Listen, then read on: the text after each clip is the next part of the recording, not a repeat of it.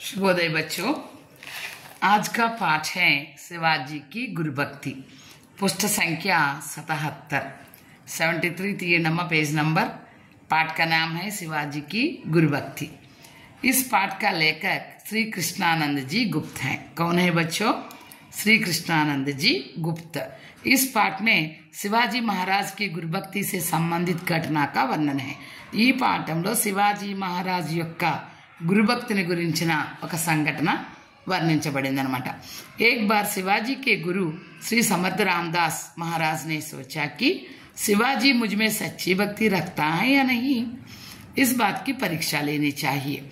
ఒకసారి శివాజీ గురువు గారైన సమర్థ రామదాస్ గారు ఏమని ఆలోచించారంటే, అసలు శివాజీ నా పైన భక్తి గురుభక్తి కలిగి ఉన్నాడా లేదా, దీనికి నేను ఒక పరీక్ష పెట్టాలి అనుకున్నాడు। उन्होंने पेट के दर्द का बहाना करते हुए पहाड़ की गुफा में जा लेटे। కడుపులో నొప్పి అని చెప్పేసి వంక పెట్టుకుని కొండ పైన గుహలో పడుకున్నాడు అనమాట।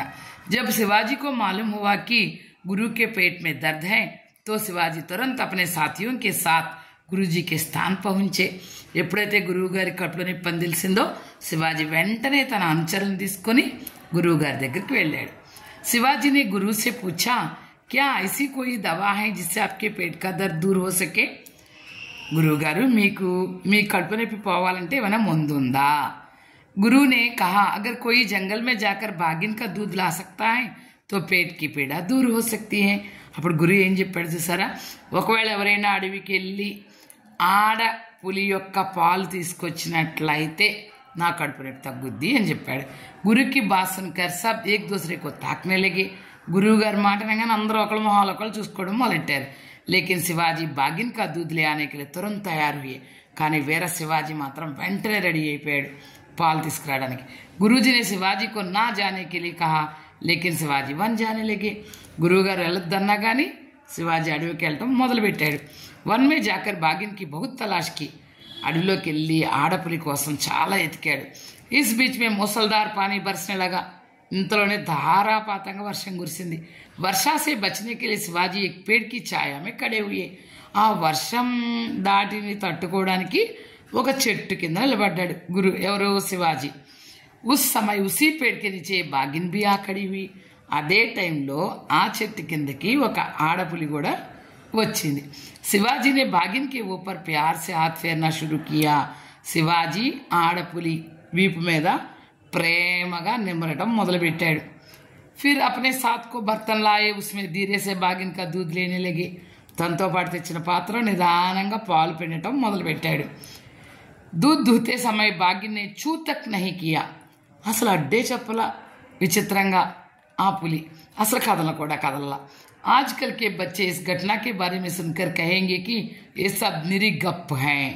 కానీ ప్రస్తుత రోజుల్లో ఈ కథ ఎవరన్నా ఈనాడు పిల్లలు విన్నారంటే ఛ ఇదంతా ఉట్టిదే అబద్ధం అనుకుంటారు।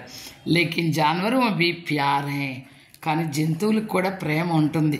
శివాజీ బాగిన్ కా दूध लेकर गुरुजी के पास आए। అట్టయితే ఆడపులి యొక్క పాలు తీసుకుని గురువు గారి దగ్గరికి వచ్చారు। సమర్థ మహారాజ్ శివాజీకి గురుభక్తి దేకర్ చికిత్ హుయే। సమర్థ మహారాజ్ గురు శివాజీ యొక్క గురుభక్తిని చూసి చకితుడైపోయాడు। చూసారా, ప్రాణాలు కూడా లెక్క చేయకుండా ఎలా వెళ్ళాడు। వే బోలే, శివ ధన్య తుజ్కో, నిజంగా నువ్వు చాలా ధన్యుడివి। గురువుని ఆశీర్వాద్ దియాకి శివాజీ సభీ ప్రయాసం మే సఫల హోంగే। నువ్వు ఎలాంటి ప్రయత్నాలు తలపెట్టినా అవన్నీ కూడా విజయం చేకూరు కాక, నీకు విజయం చేకూరు కాక అని చెప్పి దీవించాడు అనమాట। हमारी प्रार्थना है कि इस भारत भूमि पर शिवाजी जैसे वीर देशभक्त लोग फिर से जन्म ले। నేను ఏమని ప్రార్థిస్తాను అంటే, ఇలా శివాజీ లాంటి వీరులు భక్తులు మళ్ళీ మళ్ళీ ఈ భారతదేశంలో జన్మించాలి అని కోరుకుంటున్నా అని చెప్పేసి సమర్థ రామదాస్ శివాజీతో అన్నాడమ్మా। అచ్చా బచ్చో, ధన్యవాద్।